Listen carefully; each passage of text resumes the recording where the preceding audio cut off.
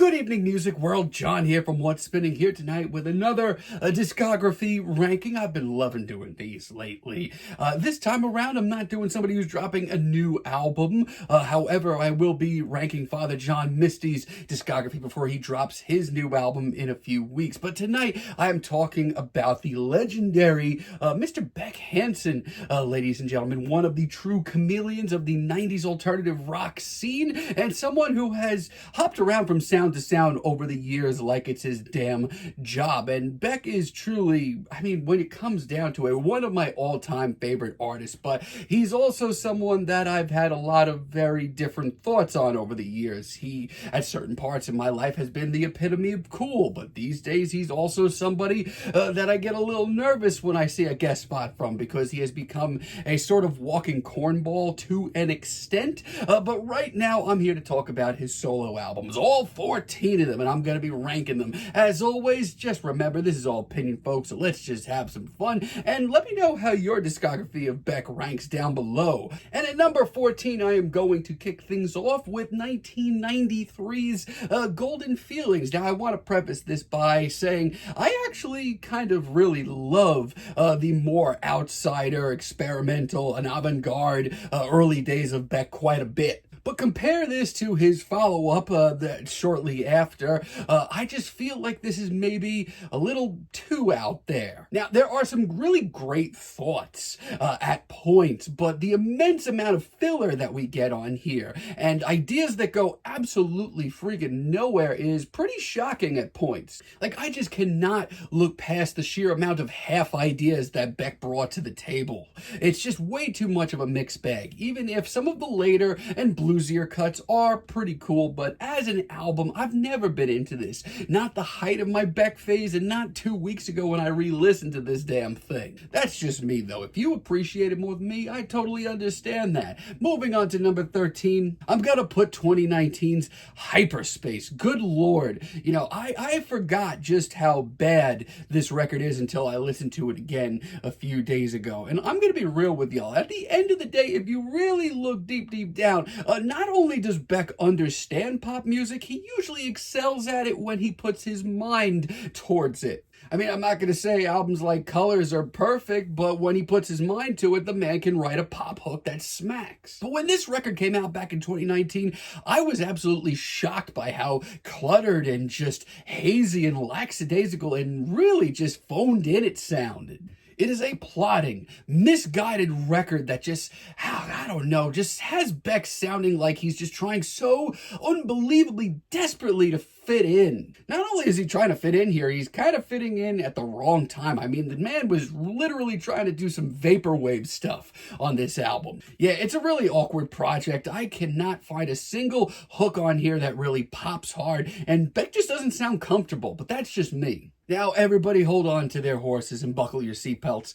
I'm sorry, at number 12, I'm putting Modern Guilt. And I'm going to get to my thoughts on Mutations in a few minutes, but to me, this is kind of a flavorless record from Beck. This may come as a shock to y'all, but there has not been a point in my life where this album really excited me. Mostly because I just feel like this album is way too generic. And you know what? There's some very good tracks on here. The singles are fine. The title track's really good. But at the end of the day, I feel like this album just exists without a unique flavor or anything really interesting to dive into. Like, I am entirely convinced deep down that this record was made solely to be sold on clearance at Target and to be played at Starbucks. And yeah, like I said, there's some decent cuts. Youthless is great, but the man has done so much more with so much less than this. Now, at number 11, I'm going to put Stereopathetic Soul Manure from 1994. Let me tell you, it is shocking to me how much a year does to an artist. For Beck's early, weirdo, outsider, anti-folk days, this is so much more interesting of a record. I hate to say it, but Golden Feelings to me at times just seems a little desperate. That album to me just seems like, an album by a guy who wants to be counterculture by any means necessary. But stereopathetic soul manure sounds like some weird outsider recording on tape decks and listening to whatever the freak he wants. And yeah, much like its predecessor, it's not perfect. Some of Beck's ideas don't land as much as he thinks they do. But for those early, weirdo, very experimental days from the big man, honestly, I think this album's pretty decent. Now at number 10, I'm gonna put 1998's Mutations, and much like Modern Guilt, this album's never really excited me. Even at the height of my Beck obsession in my teens, this album to me just never really gripped me. I mean, yeah, there's the breezy Tropicalia and the really great neo-psych magnum opus that is nobody's fault but my own, but outside of that, this record is just kind of here. Not only that, but just how on the rails this record sounds is disheartening, and that's not to say that every Beck record needs to have a different sound and different personality, etc., but this thing's flavorless. Especially when it comes to those alt-country ballads. I mean, for a guy that just has so much personality and drive, he could do so much better, and he has. Now at number 9, I'm going to put Morning Phase. We're going to get to my thoughts on Sea Change in a little while, but Morning Phase is nice, much like its predecessor, its spiritual predecessor. It's very downtrodden, it's very lonely, but I feel like it's a lot less immediate. I mean, there was such a realness to Sea Change, just staring you directly in the face. And a lot of the same stuff pops up on this record. It's beautiful. It's emotional as hell. Not taking anything away from that. And when I listen to it, I still do really enjoy it. I mean, Blue Moon is just great. But my two major issues are, A, it's not nearly as consistent, and B, I don't know, like if we're comparing it to Sea Change, that album just seemed so necessary for Beck's career and his psyche. I mean, the man just done better records in this style, but there's nothing wrong with it. Now, at number 8, I would like y'all to hear me out. I'm gonna put Colors, and I would like to preface this by saying this is by no means a classic Beck record. But I've said it about Colors for years, this record's really not that bad. I mean, if you look at this from the lens of this is a pop Beck record, it's really not the biggest sin committed. Singles like Dreams, the title track, Dear Life, they are just great pop tunes and great Beck singles. Now, let's be real, I can admit that there is a very big reason that people don't talk about this record that much, and that is because it is squeaky clean, my friends. I mean, the production is so pristine that there isn't the slightest edge in sight. And when this album is bad, it's horrendous. I do think that Wow is maybe one of the top 5 worst tracks he's ever put out. But for a modern pop-centered Beck record, trust me, you can do a lot worse than this. Now, at number 7, I'm going to put One Foot in the Grave. I mean, God, Beck was really busy in 1994. Now, growing up, I don't want to say that I didn't like this album, but this was probably the last Beck record from this era that I got into.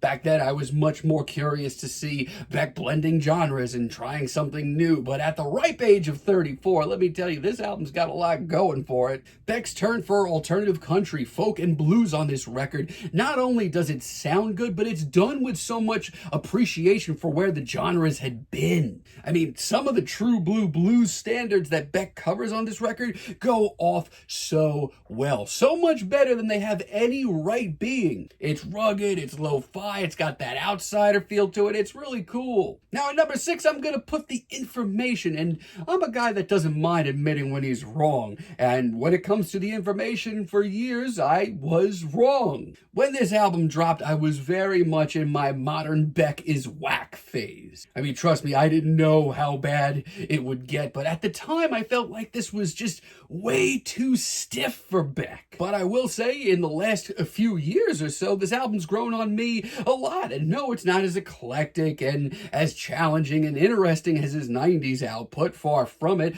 His songwriting on this record is great. Tracks like Nausea and Think I'm in Love can go toe-to-toe with any other tracks he was dropping around this time. And yeah, it's long, surprisingly long, but there's a lot of great deep cuts as well, like Soldier Jane and Dark Star, really cool. And my thoughts on The Information have changed. My thoughts on my number 5 Beck record, Guero, have changed even more. You know, I spent probably a decade thinking that this was like the absolute wackest thing that Beck has ever done. Once again, I mean, God, I did not see where his career would be going a decade from then. I mean, hearing this record after a string of albums that were good to great and very eclectic and personality driven, hearing a more streamlined, straightforward, and cleaner sound from Beck at the time, it was very disheartening. Not only that, but it's just a lot to take in. But I mean, look at the singles on this thing. E-Pro, Girl, Hell Yes as well, are just classic Beck singles, and some of the first singles that I had ever really been exposed to from the man. Now, you can argue that this album is very clean. He doesn't take a lot of risks here. Also, you can argue that this is the start of the more awkward Beck phase. But I've personally come to terms with it, and Missing is one of my favorite Beck deep cuts that he's ever put out.